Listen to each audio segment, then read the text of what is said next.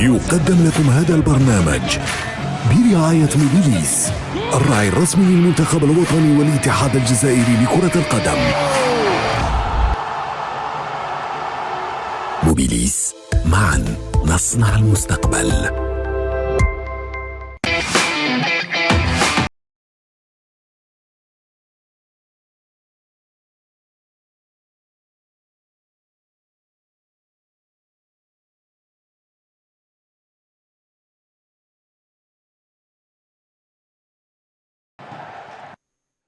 Madame, Monsieur, bonsoir. Heureux de vous retrouver pour ce nouveau numéro du CHAN d'Algérie. L'équipe nationale A' de Medjid Bougara est entrée dans l'histoire du football algérien en venant à bout du Niger en demi-finale sur un score fleuve de 5-0. Un parcours honorable, une qualification méritée pour cette finale du CHAN 2022. C'est ces termes que le président de la République, Abdelmajid Tebboune, a félicité la sélection algérienne des joueurs locaux sur Twitter après leur qualification historique en finale de la 7e édition de ce championnat d'Afrique. Les Verts affronteront le Sénégal, tombeur de Madagascar dans l'autre demi-finale. Un match plaisant, ouvert. On ne sait pas à quoi s'attendre pour cette finale. Pour m'accompagner aujourd'hui, j'ai le plaisir et l'honneur de recevoir Lamine Kezim, formateur, je le rappelle, entraîneur, consultant. Vous êtes aujourd'hui à Paris, vous vivez en France. C'est un plaisir parce que, je le rappelle aux téléspectateurs, vous étiez mon professeur de PS au primaire. Ça me fait doublement plaisir de vous recevoir et ça faisait longtemps. Ça ne me rajeunit pas, ça ne nous rajeunit pas, vous aussi. Mais c'est un plaisir qu'on vous reçoit. Lamine, bonsoir. Bonsoir, Sidi Ahmed. En tout cas, je suis très heureux de te retrouver, toi, personnellement. Et bienvenue en Algérie, encore une fois. Et à tous les Algériens. Je suis très content d'être là aujourd'hui, ce soir. Merci beaucoup, Lamine. Merci d'avoir répondu à notre invitation. À vos côtés, l'élégant, notre star. Exactement, la star d'Al24 aujourd'hui, notre consultant maison, Nassar Bouich, bonsoir. Bonsoir Sidi Ahmed, les retrouvailles avec Lamine, oui. C'est un plaisir et bonsoir à tous. Petite question Lamine, aujourd'hui vous êtes à la tête de la formation des équipes de jeunes à Paris. On sait qu'il y a un talent fou du côté de l'Île-de-France. Comment ça se passe aujourd'hui ? Alors, plus précisément, je fais partie d'une organisation, on s'occupe de la formation, on est là pour évaluer, pour voir justement, et puis faire des retours et des rapports pour pouvoir constituer une politique sportive régionale et puis nationale. Le travail en France est échelonné à ce niveau-là, donc un travail qui est fait dans les districts, différents districts, tout à fait. Et puis les ligues, et puis après le travail en national. On n'a pas...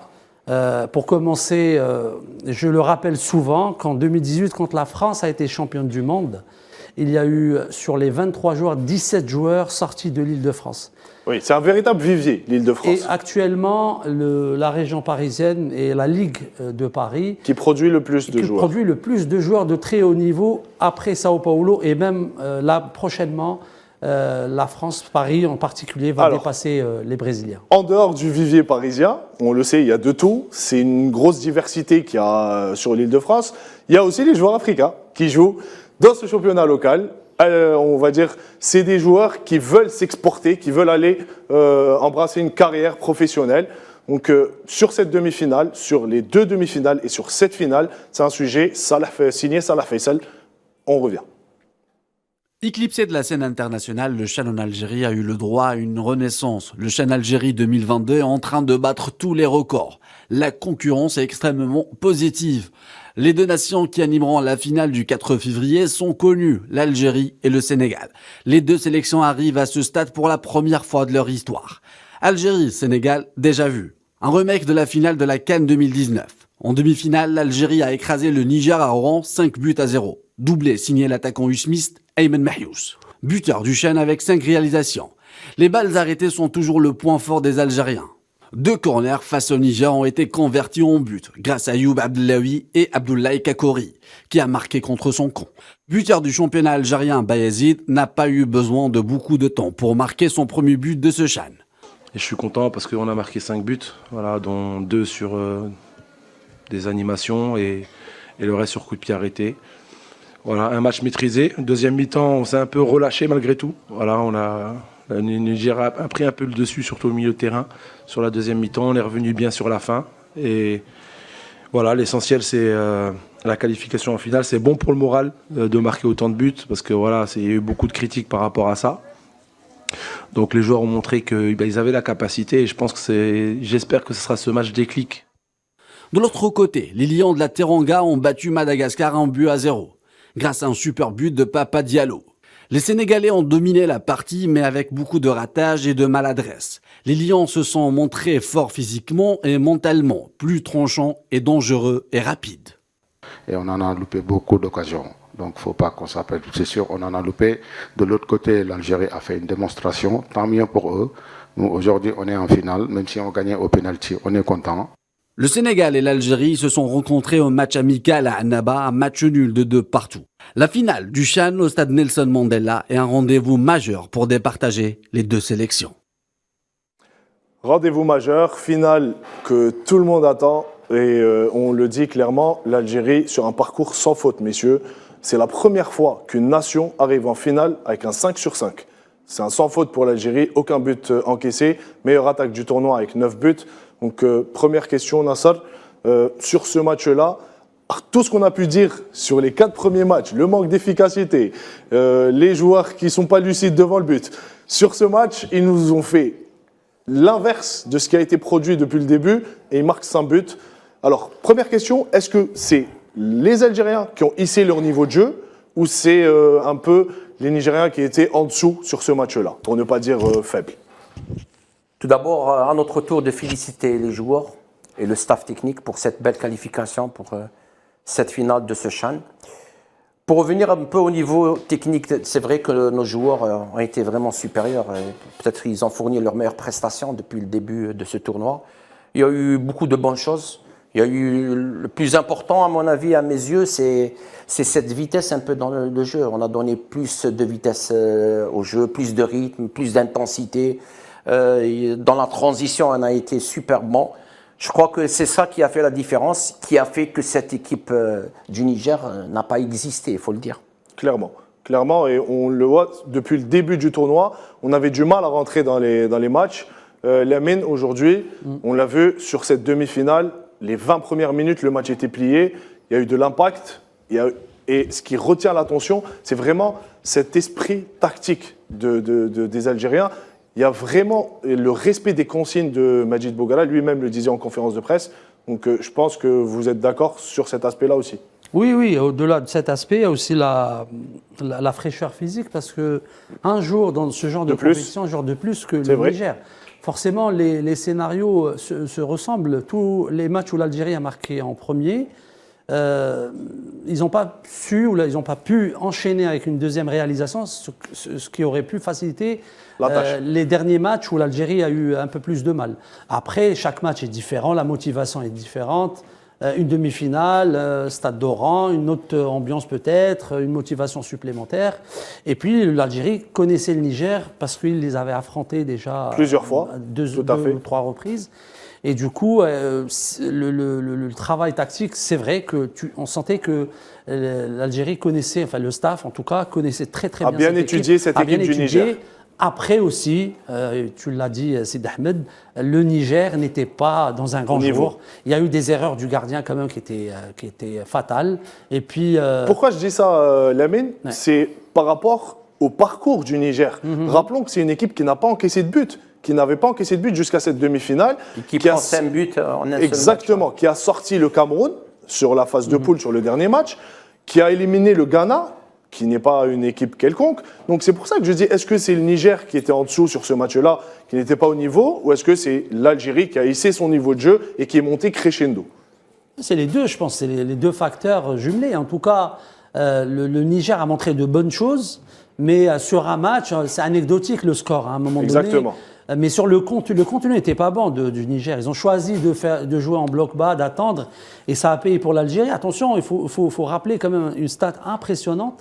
Sur les 9 buts algériens, il y a eu 7 sur balle arrêtée quand même. Tout à fait. Donc du coup, c'est le football moderne. On a eu 2 buts dans le jeu. C'est l'importance des balles arrêtées aujourd'hui dans le football moderne. Efficace. Mais pour revenir un peu, c'est vrai que notre sélection a fait le match presque parfait. Presque. Sinon, il Première mi-temps, presque parfait. Première mi-temps, parfaite. Non, la première demi-heure de haute facture, il faut le dire sincèrement.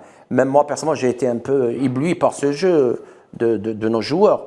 Avec une défense à 3, ça c'est très important, où Majid a changé. Depuis le premier match, On joue à 3 derrière. On pense qu'il a trouvé l'équilibre avec Ouais, ce à schéma. 3, après, si tout le monde peut libérer tout le monde, au milieu de terrain, sur les côtés, je pense que tout le monde peut faire ce qu'il veut, c'est-à-dire tactiquement, Et Nassar, je ne sais intelligemment. pas si vous serez d'accord, mais sur ce match, on a senti que les joueurs étaient libérés, notamment les milieux de terrain. Quand je parle des milieux de terrain, je parle de Draoui, Merezak, qui sur les premiers matchs, on les sentait un peu crispés, un peu sur la retenue. Ils allaient pas. C'était pas des milieux de terrain en box-to-box. C'est-à-dire qu'il y avait une certaine retenue. Le plus important sur ce match, par exemple, c'est 2000. C'est un débat ouvert. Oui, on a inscrit des buts sur des passes de Mélisée et sur des passes de Draoui. Ils ont fait des passes D. Tout à fait. Après, il y a Mziane, peut-être, qui a fait lui aussi le meilleur match, son meilleur match en cette demi-finale. Il a été percutant dans le 1 contre 1. Il a été un danger permanent pour cette équipe du Niger. Après, c'est vrai qu'en face, il y a eu beaucoup de déchets techniques. Mais je pense que c'est le niveau de jeu de notre sélection. C'est la vitesse qu'on a mis dans le jeu. C'est l'intensité dans les duels aériens. On marque 3 buts de la tête. Moi, le but de Blade, sincèrement, je le donne à Blade. Hein. Il est là au premier poteau, il met une tête. Après, c'est vrai, ça arrive sur le corps du défenseur. Non, je parle du but de Blade. Ouais. Moi, après, c'est vrai, on a marqué 3 buts de la tête. C'est vrai. Sur une excellente tête aussi de Hughes, qui, lui, termine, à mon avis, va terminer meilleur buteur de ce tournoi. Et je pense que c'est le joueur, s'il y a des recruteurs, c'est le joueur. Moi, je pense que c'est le joueur qui est marqué. Qui va être fait non, c'est le joueur qui a marqué le plus de points, Sid Ahmed. Oui, moi, je crois qu'il a un coup à jouer. Exactement. Donc, je vous propose, Lamine, je vais revenir vers vous tout de suite après avoir écouté Harouna Doula, l'entraîneur du Niger, après le match. Après une si lourde défaite, je ne pense pas qu'il y ait quelque chose dans ce match qui ait marché du côté du Niger. D'abord, on a eu une entame de match très difficile. On a été acculé aux abords de notre surface de réparation. Bon, ce n'est pas étonnant qu'on cède déjà dans le premier quart d'heure. Peut-être c'est une option, un mauvais choix, où on a beaucoup respecté cette équipe algérienne, en tout cas dans ce match, malgré qu'on a quand même assez de renseignements sur cette équipe pour les avoir joués 2 fois. Clairement, l'analyse est faite, il le dit, on n'est pas bien rentré dans le match, il y a eu du déchet. Je reviens à ce que vous vouliez dire tout à l'heure par rapport à l'efficacité. Il y a ça, il y a la question qui était très intéressante. Tu as posé une question tactique sur le fait que la doublette Merezig-Draoui n'avait pas. Moi, je pense que c'est plus global que ça. Le joueur algérien, on va juste. En général, on va généraliser. A du mal, sur une courte durée, à comprendre certaines, parce que c'est un problème de formation. Exactement. On ne peut pas, je vais expliquer ça rapidement, je pense que Draoui et Merezig jouent en 4-4-2 au CRB. Tout à fait, c'est un autre système de jeu. Ils arrivent en sélection, ils ont commencé en 4-3-3.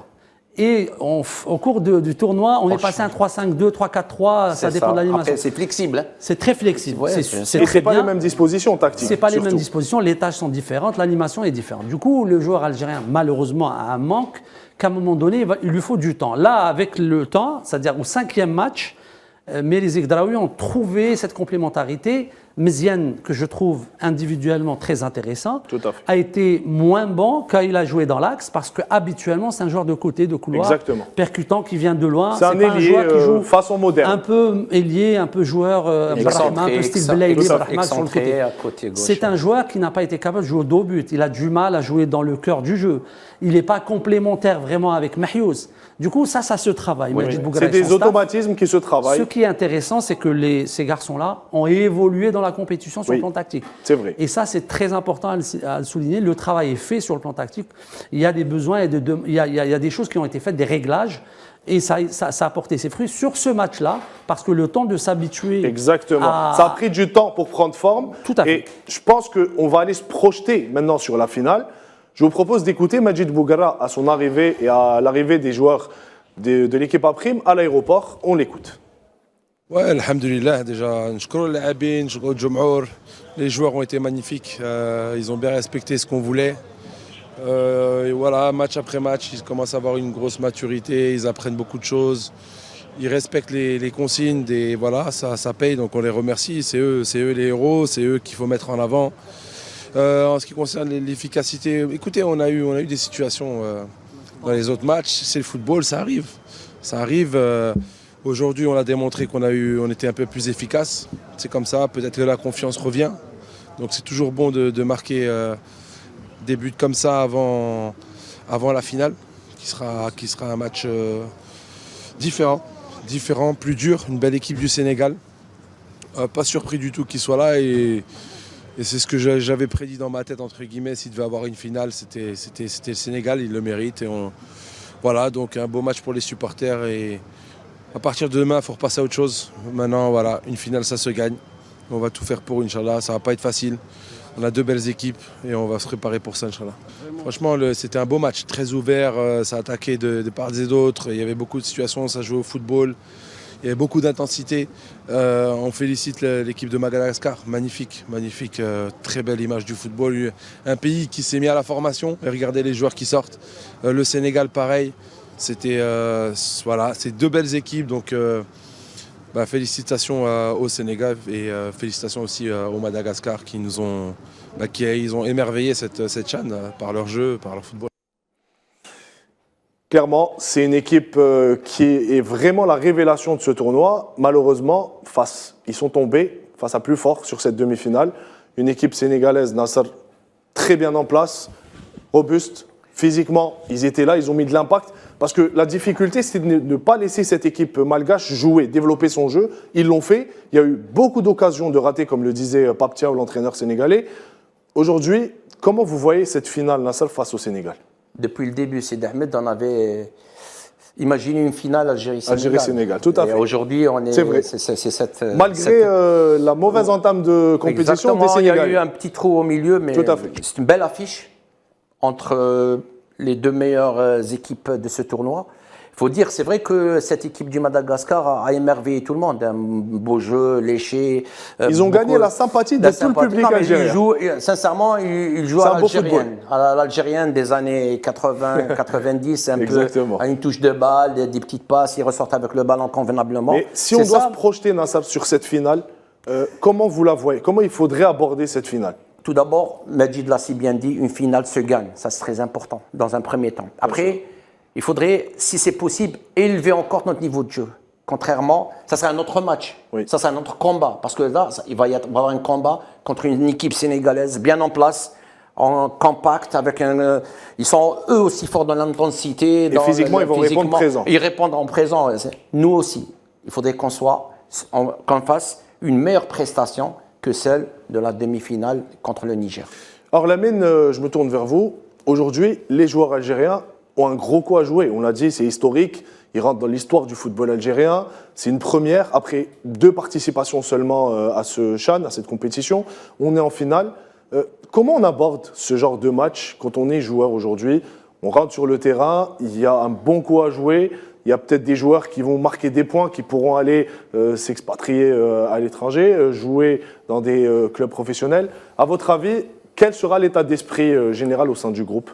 Alors, il y a 2 objectifs à atteindre. Il y a un objectif collectif qui est obligé de gagner le titre ensemble, puis l'objectif individuel. Les joueurs y pensent forcément dans un coin de leur tête, décrocher un contrat. C'est pour ça qu'on est en équipe nationale, c'est pour ça qu'on joue les joutes internationales. Il y a des noms, Lamine, Merizig, Mahiou, ça c'est des joueurs qui ont leur place aisément. Draoui qui est monté en puissance, qui est capable, en puissance. Je pense il y a Belhaïd dans l'axe, très intéressant. Il y a Keddad, il y a des joueurs qui peuvent...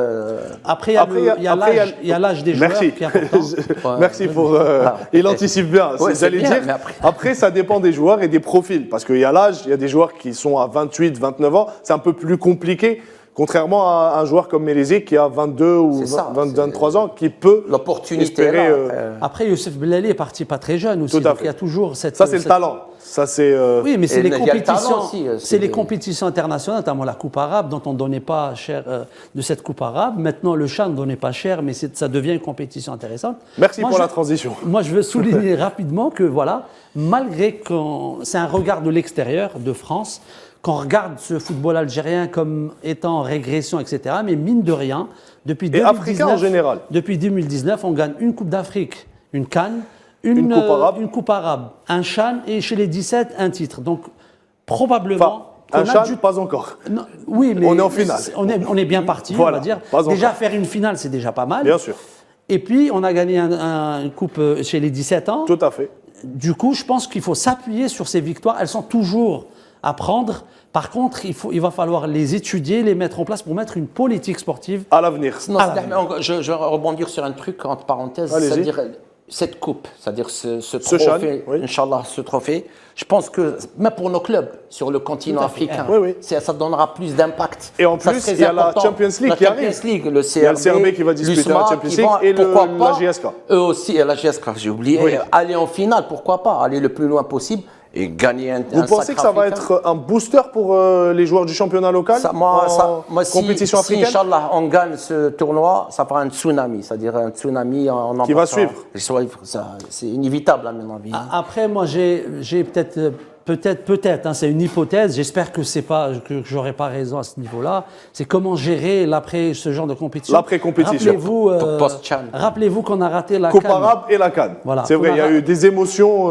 Moi, je pense que au niveau des émotions, et souvent, on a du mal à enchaîner 2 compétitions sur une seule saison ou Tout quand à elles fait. sont trop proches. Moi, je pense que les joueurs du CRB, par exemple, le CRB va peut-être subir Ouais. le contre-coup de cette compétition Je sur suis le plan d'accord. physique et sur le plan de la gestion du championnat. Là, Et c'est le ça club va le être plus compliqué. représenté. 9 joueurs. C'est le 9 club le joueurs. plus représenté. Après, c'est la gestion des émotions. C'est la gestion, exactement. Des émotions aussi. Quand on revient au club, il faut revenir un peu. Il faut tout un travail. C'est après au niveau des clubs, il faut travailler. Ça, Tout à fait, mais c'est ce qui va suivre. Et comme l'a dit Lamine, aujourd'hui, la vitrine, c'est un peu ce Chan pour qu'on puisse espérer organiser d'autres événements sportifs de haut niveau international. Après, pour faire le lien et pour ne pas se mentir aussi, pour dire, on est là pour se dire parfois les vérités, Bien sûr. c'est que les équipes, les nations qui sont là dans ce Chan ne sont pas celles qui vont attendre Champions League. Tout à Les fait. Égyptiens ne sont pas là, les Tunisiens ne Non. sont pas là, les Marocains ne sont pas là. C'est pour ça que je disais ne pas limiter. C'est pour ça que je disais Le ne niveau pas. est plus élevé. je Exactement. pense, en Champions League. Aux responsables de la CAF de ne pas limiter ce Chan aux équipes locales. Permettre aux joueurs qui jouent sur le c'est continent de important. pouvoir rejoindre leur sélection. Mais ça a été fait, je pense, pour les prochains Chan. Pour les prochains. Ça Si fait- toutefois il y a une prochaine édition. Il y en aura, c'est officiel. Et après, il y a les joueurs qui jouent, par exemple, un joueur éthiopien qui joue en Algérie. C'est exactement ça. Il va C'est ça. pouvoir- il va est jouer avec il sa est sur sélection le nationale. continent. Il est sur le Non, mais Exactement. parce que c'est inadmissible Oui. si un joueur éthiopien joue en Tunisie, en professionnel, c'est qu'il est bon. C'est pas normal qu'il ne joue Il y a pas des avec joueurs- sa sélection. On parle de Lamine. local, ça reste local. reste- Tout à Ça fait. reste- Nassar, il y a ça des reste. joueurs algériens qui jouent dans le championnat tunisien, qui sont excellents, qui auraient pu On aurait aider pu. cette sélection Profiter nationale. un peu de, Tout à fait. de ce niveau-là. Mais je dirais, ce Chan organisé en Algérie a donné une autre allure à cette compétition, Oui. il faut le dire. Bah, Il y a sur eu un le plan essor. Il va y organisationnel- avoir un essor sur le plan commercial, on va dire que Sur l'Algérie- le plan médiatique, moi, je peux- médiatique. Je peux vous dire que qu'en cette édition, en France, on n'a jamais parlé du Chan comme cette fois-ci. Rapidement, merci beaucoup Lamine. De rien. C'est un plaisir, c'est toujours un plaisir de vous avoir parmi nous. Malheureusement, on arrive à la fin de l'émission, Ça passe messieurs, vite, ça hein. passe très vite. Merci encore une fois de De rien, nous c'est avoir éclairé et donné vos avis. Il y a eu un bon débat, merci encore. Le plaisir est C'est vraiment avec un cœur vraiment passant qu'on espère revoir cette finale le mercredi prochain. Messieurs, merci. Nous arrivons à la fin de l'émission. Rendez-vous samedi prochain. 20h30 par contre pour la finale et non pas 20h. C'est ce qui est attendu par le comité du Chan. Donc Algérie-Sénégal. J'espère vous retrouver la semaine prochaine pour fêter le sacre. Bon vent à la bande à Bougara. Merci de nous avoir suivis. Excellente suite des programmes sur Al24 News.